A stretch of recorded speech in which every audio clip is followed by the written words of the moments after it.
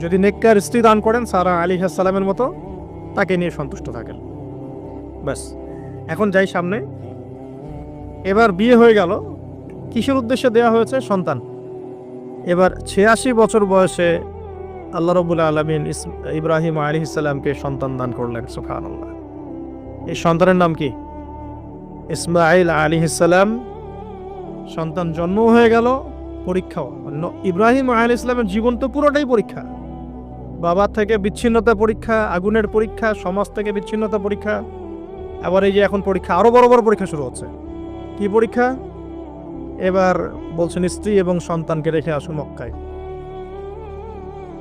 খুব খেয়াল করে দেখেন এই জায়গা থেকে, ইব্রাহিম আলাইহিস সালাম তার বিশ্বাস ছিল যে মক্কাতে আল্লাহ রাব্বুল আলামিন আমার স্ত্রী এবং সন্তানকে কিন্তু মেরে ফেলবেন না ইনশাআল্লাহ। কিন্তু তিনি তো মানুষ, তিনি বুঝতে পারছেন